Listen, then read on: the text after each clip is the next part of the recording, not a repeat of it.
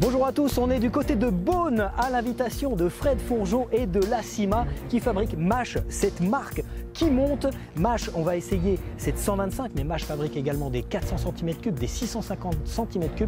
On va tout savoir de cette nouvelle marque et puis on va parler de sport, bien sûr, de MotoGP, mais aussi de tout terrain avec le rédacteur en chef de Moto Revue, Thierry Tracan, qui sera avec nous pendant toute l'émission. Venez avec moi.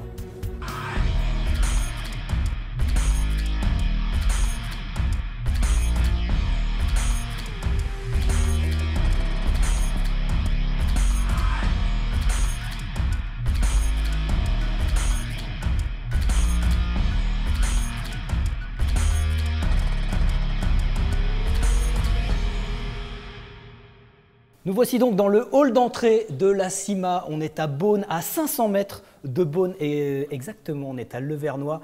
Et c'est Fred Fourgeot, le patron de la CIMA, qui nous accueille. Salut Fred. Salut, content de te recevoir. Merci, merci. On est avec Jean-Michel Paquin aussi, le directeur de la CIMA. Salut Jean-Michel. Bonjour David, bonjour à tous, super. Et puis un invité local, Thierry Tracan, bourguignon, t'habites pas très loin d'ici, rédacteur en chef de Moto Revue et puis éminent pilote du Dakar, de vitesse. Enfin, tu nous diras tout ça. Salut Thierry. Merci, bonjour. Donc, on est donc à Beaune, à la CIMA. La CIMA, c'est une marque emblématique dans la moto. Elle a été portée pendant de nombreuses années par Marcel Serin. Aujourd'hui, c'est toi, Fred, qui préside aux destinées de cette prestigieuse enseigne. Depuis quand tu as repris la CIMA ? Je suis arrivé pour redresser l'entreprise en 2006 et je l'ai racheté en 2008. D'accord. Jean-Michel, toi, tu es il arrive en culotte courte, il avait 12 ans. Il avait du vélo dans la cour. Il a commencé comme magasinier à 18 ans et aujourd'hui il est directeur général. Je suis là depuis 30 ans, effectivement. Tu te souviens l'année? Tu te souviens de tes premiers jours ici? 88 ou 89, je me souviens plus. Comment il était? C'est Marcel qui t'a embauché ou En fait, une partie de ma famille est ici et en vacances l'été, je fais un coup de moto d'enduro et les locaux étaient ouverts. Je rentre avec ma moto dans les locaux, je tombe sur Madame Seurat. Et à l'époque, tu pouvais rentrer, c'était... Je tombe sur Madame Seurat et voilà. On a commencé à discuter. Elle m'a dit « Ah, mais si vous avez rien à faire, venez, on a des magasiniers qui sont en vacances et on a du boulot. Si vous voulez, vous commencez demain. » C'était l'été? C'était en plein été, c'était les vacances scolaires pour moi. D'accord. Quel âge t'avais? J'avais 18 ans et des brouettes. D'accord. Et au lieu d'être en vacances, je suis venu travailler et ça continue. Fred, toi, la CIMA, tu connais de longue date puisque tu connaissais Marcel. Ma première vie, j'étais pilote et après marchand de moto. Marchand de moto, je représentais les marques de Marcel. Marcel venait me voir à Amiens. Moi, quand je descendais dans le sud où je m'arrêtais chez lui, je dormais chez lui. On avait à peu près les mêmes... on était deux grandes gueules. Enfin, moi, j'étais une petite gueule parce que j'étais beaucoup plus jeune. J'aimais la Corse. Il aime la Corse. Il a choisi la Bourgogne pas par hasard. Hein, il aimait bien vivre. C'est monsieur et madame Seurat, je les adorais. Je les suivais, donc j'étais concessionnaire, j'étais leur client. Et puis après, ma deuxième vie professionnelle, ça a été Hippone. J'étais président d'Hippone. Et donc j'avais choisi d'être omniprésent sur le championnat Supermotard. Et donc je retrouvais Marcel presque tous les dimanches. Donc on mangeait l'onglet à l'échalote le dimanche matin sur le camion Hippone. D'accord. Toi Thierry, la CIMA tu connais bien aussi, tu es bourguignon, forcément tu connais la CIMA. Et puis tu as été pilote aussi pour Marcel. Explique-nous un peu tout ça. Ouais, moi je suis plus du Nord, je suis un bourguignon du Nord, hein, du côté d'Auxerre. C'est différent. Ouais, c'est pas totalement différent. Bourguignon, t'es bourguignon. De toute façon, voilà, t'es toujours un petit peu, c'est un peu mieux quand t'es bourguignon. D'accord. Le vin est meilleur par ici, mais bon. Toujours. Ouais, bon, on a Chablis, on a quelques petits vins sympas quand même. Et Marcel, oui, Marcel, j'ai eu la chance, moi, voilà, quand je suis arrivé jeune journaliste, rapidement, j'étais au tout-terrain, donc c'était parfait pour rencontrer Marcel. Et oui, sur un essai, un jour, voilà, ça a bien matché entre nous. Tu travaillais déjà à Moto Revue à l'époque, tu es arrivé en 97. Ouais, je suis arrivé à Moto Revue en 97, voilà, j'étais embauché en tant qu'essayeur tout-terrain. La CIMA version Marcel Serat, c'était Ducati, MV Agusta, c'était aussi Peter Ancel, Pidou, Chambon. Ils sont tous passés les grands champions par ici. L'éleveur de champions, c'était un éleveur de champions. Peter est resté combien de temps chez Marcel? A habité chez Marcel? Pas loin d'une petite dizaine d'années. On peut en citer d'autres. Marc Morales, Hubert Auriol, Cyril Neveu. Ils sont tous passés ici, en fait. Beaucoup de champions tout-terrain sont passés. David Frétinier. Hormis Gilles Lallet, effectivement, qui n'était pas passé. Cyril Esquirol. Tous les autres, Cyril Esquirol, j'en oublie des tonnes, c'est sûr. Alors, on va reparler de l'actualité de MASH aujourd'hui. Fred, tu as insufflé un nouvel élan à cette marque en 10 ans. Et aujourd'hui, la tête de gondole, on va appeler ça comme ça, c'est MASH, une marque que tu as créée de toutes pièces, on va dire. MASH, on a choisi le nom emblématique, le film MASH, Lèvres en feu. Dans les années 70. 70, vers les étoiles, l'armée, les chirurgiens rigolos, donc un peu la rigolade, donc pas se prendre au sérieux. On a commencé à trouver un petit produit tous les deux. On était sur un salon à Canton, en Chine. Et puis on fait un petit tour. On se dit on se retrouve dans une demi-heure ou une heure. Et on s'est retrouvés. Il dit moi j'ai une idée. Lui aussi il me dit moi j'ai une idée aussi. On était au même endroit. En fait, on en a parlé tout à l'heure. C'était un peu la base d'une moto XLS, Honda, une quoi. Honda Inspiration route. Honda, Voilà. ouais. Et Le donc moteur, on a dit il y a une base pour faire du néo-rétro. C'est sûr que t'inventes rien, en voiture ils avaient commencé avant nous, l'Austin, il y a pas mal de réussites en automobile. Donc on a commencé avec cette petite moto en 2012, et là on s'est un peu foutu de notre gueule. La 500, c'est ça Non, la 125 la 70. 125, ouais, c'est 125-70 orange, voilà, là, okay. On s'est un peu moqué de nous. Et puis en fait, ça a tout de suite bien démarré. Le marché du 125 était en chute de 30% dû au secteur de formation. Voilà, au secteur de formation. Ouais, tous les constructeurs essayaient de trouver des solutions en leur payant la formation, en faisant ceci, cela. En fait, ils ne s'étaient pas rendus compte qu'on vendait des produits aux consommateurs qu'ils ne voulaient pas. C'est des produits qui viennent d'ailleurs, tu vois. On essaie de nous infuser aujourd'hui des 250 ou 300 sportives parce qu'elles existent au Japon ou ailleurs.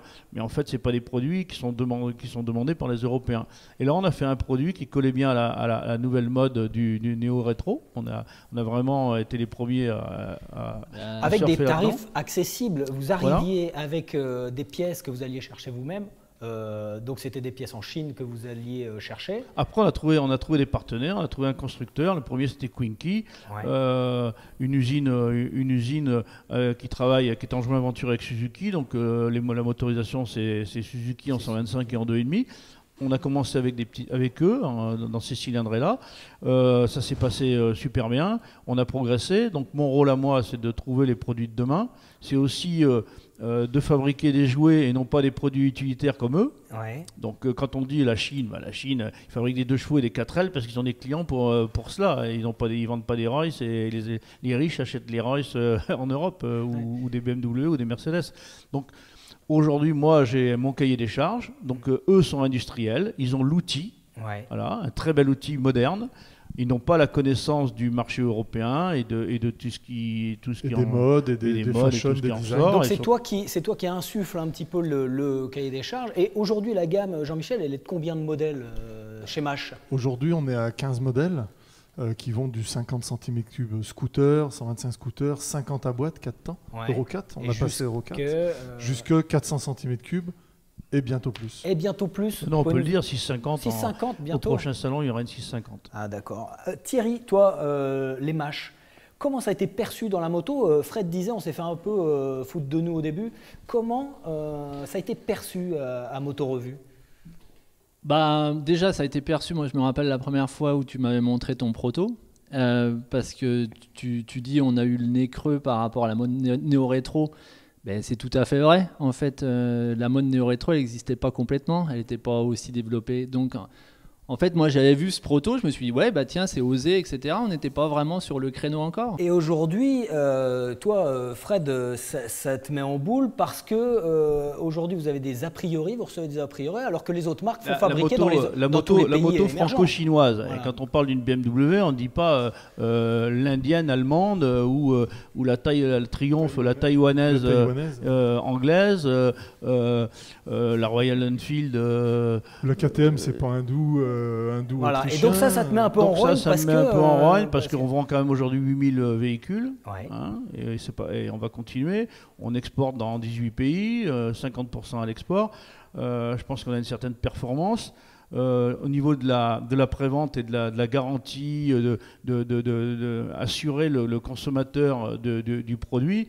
Je vous rappelle qu'il y a 3 semaines, on a été élu, on a fait podium à l'officiel du cycle devant les grandes marques, hein, devant BMW, devant Honda, devant Yamaha, au niveau du service et de la qualité et du de la SAV. qualité. Donc les pieds détachés sont dispo. On a toujours 2 millions d'euros de pièces, on a toujours 3000 véhicules en stock, on a 37 personnes, comme tu vois, le siège social représente quelque chose, 37 personnes au siège. Là, vous assemblez ici, il y a non, ici, des alors, services de... comment ça fonctionne? Ça fonctionne de la façon suivante. Aujourd'hui, on fait un proto ici. Oui. C'est un peu comme dans la cuisine. C'est vrai qu'aujourd'hui, c'est plus facile. On a les fonds de sauce. Hein. Donc, on a déjà des produits existants.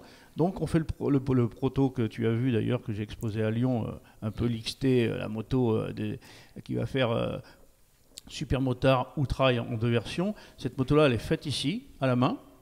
Donc, elle n'est pas faite pour rouler, mais on ne la fait pas en 3D, on fait une vraie moto. D'accord, voilà. donc c'est un proto que vous faites. Si on a ici. besoin de rouler en 18, en 19, en ce qu'on veut, on a une fourche de telle longueur, on les appelle par avion, 8 jours après, j'ai ce que je veux. Le dessin, même jusqu'à dessiner le pneu. Je veux un pneu de dessin de dirt, comme on voit là, j'ai le dessin. Alors, sur cette moto qu'on va essayer. Bon. Cette moto, elle est faite, elle est envoyée par avion. Et après, elle est analysée par le constructeur. Et entre le proto initial et la moto définitive, combien de temps? 1 an, je pense. 1 an sur des produits quand on a les fonds de sauce, comme j'ai dit. Et 3 ans si, par exemple, le 650, on fait le 650. Donc, je fais fabriquer un moteur 650 qui m'appartient, qui va appartenir à la CIMA. Pour pas se faire sauter, hein, parce qu'on en a marre après aussi de se faire sauter. C'est le cas. Aujourd'hui, on va faire alors c'est un comble, on va faire notre moteur, et puis comme ça, il sera pas copié. Alors justement, la gamme MASH va s'enrichir avec une Dirt 125, la moto jaune qu'on voit dans le hall et qu'on a pu essayer en Bourgogne, aux alentours de la CIMA. On regarde ça tout de suite.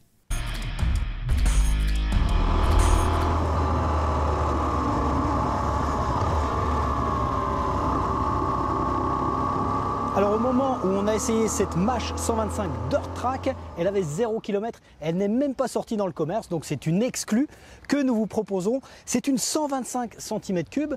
Chez MASH, ces 125 sont issus de moteurs dérivés de moteurs Suzuki, comme les 250. Donc cette MASH est très valorisante, comme vous pouvez le voir, avec un coloris or et un réservoir biton comme celui-ci. Très valorisant également le pot long comme sur les scramblers, les cafés racers. Et puis ce qu'on peut constater, c'est aussi la plaque phare avec des feux à LED à l'avant. Ce qui est intéressant sur cette 125 cm3, c'est son poids, 125 kg également, donc ça la rend très maniable. On apprécie plusieurs détails de finition et notamment plusieurs détails de dynamique comme le freinage intégral. Alors on s'est fait surprendre un peu par le freinage intégral parce qu'on a voulu faire un petit dérapage, on voulait s'amuser derrière, ici on est en Bourgogne, il y a des petits trous de sympa, on a voulu s'amuser. Donc freinage intégral, à l'exception du freinage, évidemment, du frein avant qui freine indépendamment du frein arrière. Ensuite, ce qui est intéressant, c'est le petit bloc compteur avec toutes les informations. C'est écrit petit, mais il y a l'indicateur de vitesse, donc un bon niveau de finition pour cette moto. Regardez la selle surpiquée, voilà. Donc avec l'arrière et puis le petit phare plutôt valorisant. Ce qui est intéressant aussi, c'est le degré de finition des leviers qui sont, on le voit, anti-chute, voilà, avec pas mal de petits détails comme le petit bocal. C'est plutôt bien fini. C'est une moto qui est proposée sous les 2700 €, c'est-à-dire 2695 €. Donc c'est pas cher du tout pour une moto de ce niveau de finition. Ce qu'on a moins apprécié, c'est par exemple alors le bouchon de réservoir très valorisant mais sans charnière. Voilà, ce qui nous a quand même permis d'attacher notre GoPro, donc ça a des avantages. Alors on a fait un petit tour à la campagne, mais cette moto elle est aussi considérée comme une citadine. Hauteur de selle 780 mm, on pose tranquillement ses pieds au sol et puis on est bien installé pour circuler en ville également. Alors l'essai de cette Dirt 125, pourquoi vous avez commercialisé cette moto, Fred ? pour encore une fois prendre de l'avance sur les concurrents, essayer de trouver des idées nouvelles. C'est vrai que beaucoup de show bike sont faits à base de dirt, de la moto américaine. Je trouvais l'idée intéressante de commercialiser le premier ce type de machine. Toi, tu as Gaz fait des étincelles en ce moment. Il n'y a pas que KTM. Et non, il cherche à la rompre. Ouais, d'ailleurs, pour vous, pour les journalistes, je pense que c'est pas mal aussi. Ben, c'est super. Hein, qu'il y ait de la concurrence. Et c'est vrai qu'on revient sur le terrain cette année avec Gaz. On a gagné les 2 premières courses du championnat de France, et aussi bien en tant que constructeur qu'au scratch. Et puis au mondial, ça se passe bien aussi. Je pense qu'on est en 3e position. Mais c'est ça qui est sympa aussi à la CIMA, c'est qu'il y a toujours eu une tradition, une culture tout-terrain.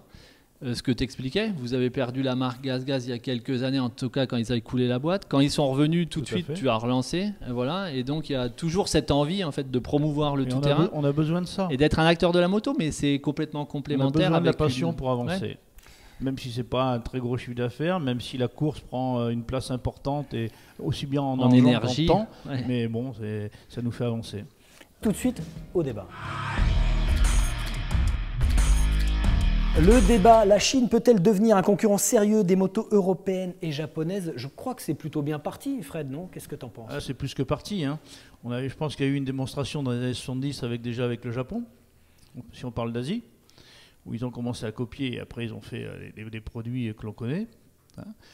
Ensuite, Taïwan également a suivi, les meilleurs vélos, les meilleurs cadres, les meilleurs chassis, c'est Taïwan. Donc aujourd'hui la Chine beaucoup plus grand, où tout le monde sous-traite. Donc quand on parle de toutes des grandes marques, c'est soit l'Inde ou soit la Chine aujourd'hui. Thaïlande aussi, un peu. Comment en Thaïlande aussi. Thaïlande aussi, oui, bien sûr. Mais bon, c'est surtout la Chine et l'Inde où tout est sous-traité, que ce soit les produits d'injection, les relais, tous les accessoires, les jantes, toutes les motos du monde entier, même l'automobile, se servent là-bas. Donc en fait, ces gens-là travaillent pour le marché domestique depuis des années. Ils font des millions et des millions de matériel. Ils vendent comme je l'ai dit tout à l'heure, ils vendent des 4L et des 2 chevaux parce que de toute manière, la clientèle ne peut pas acheter autre chose.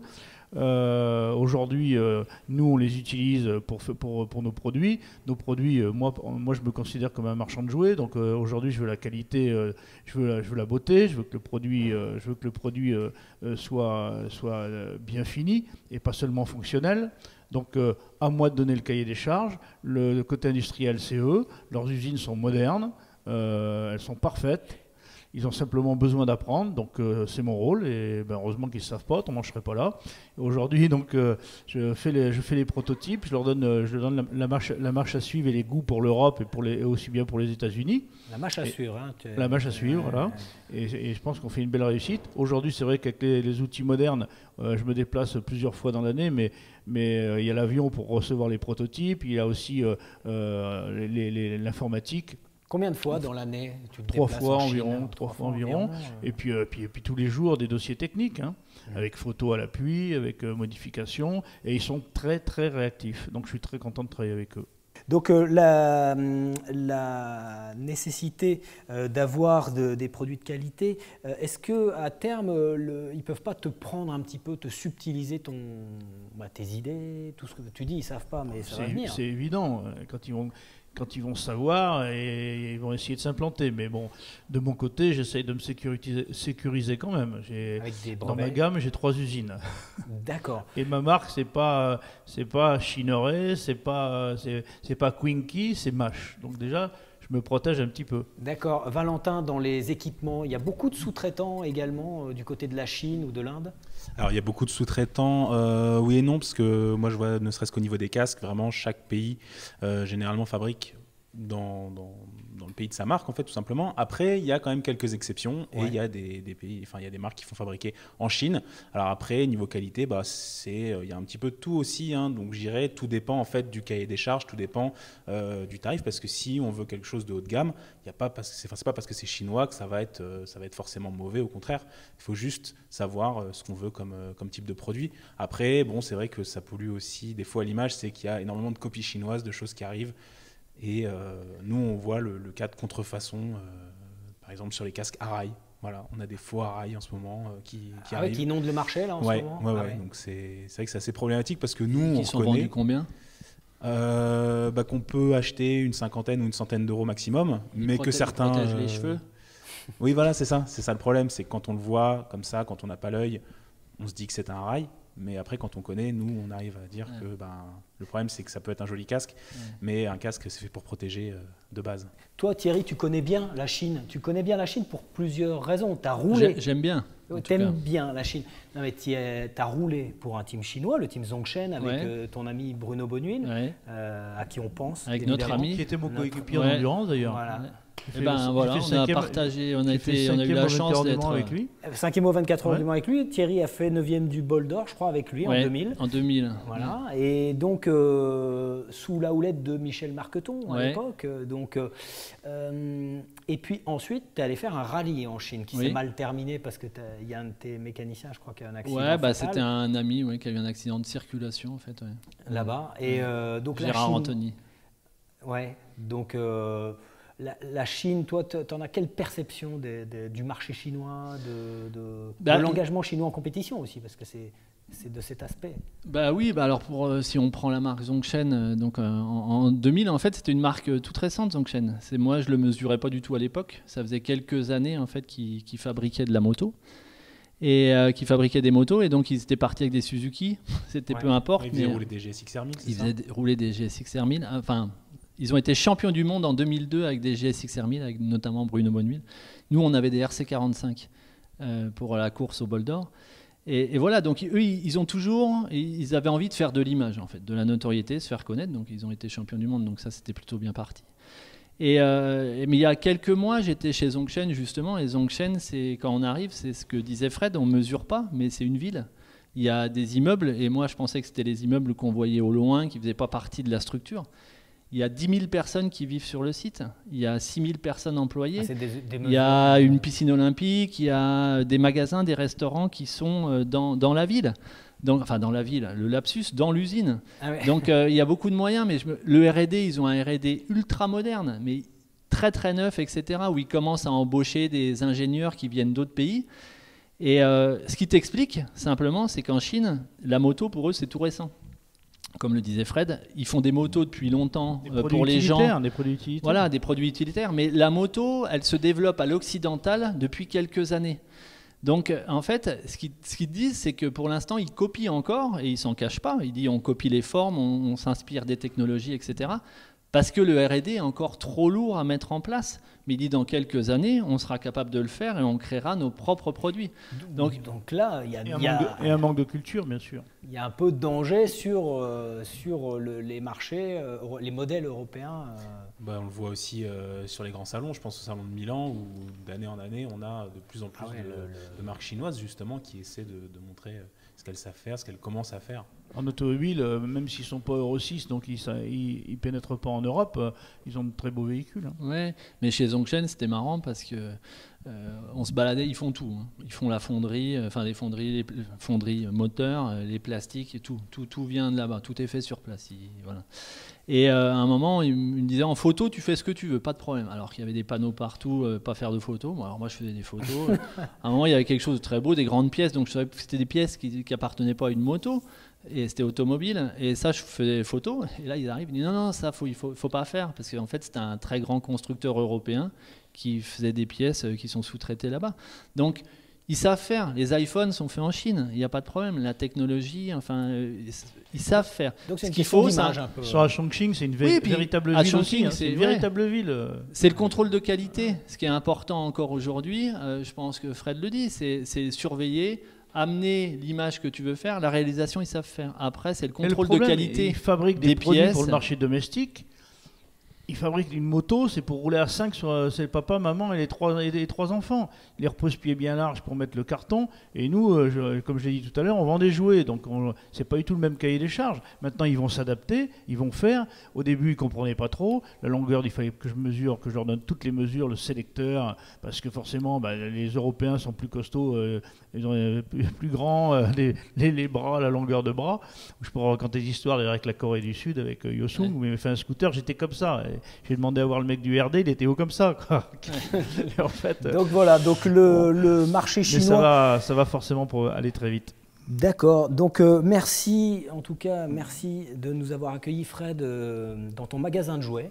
Voilà. Et merci Valentin d'être venu. Merci Avec Thierry plaisir. de t'être déplacé depuis Bonnard où tu résides. Ouais, je suis venu en vélo, ça me fait 170 km. Voilà, merci. Ça monte pour repartir. Merci à vous tous.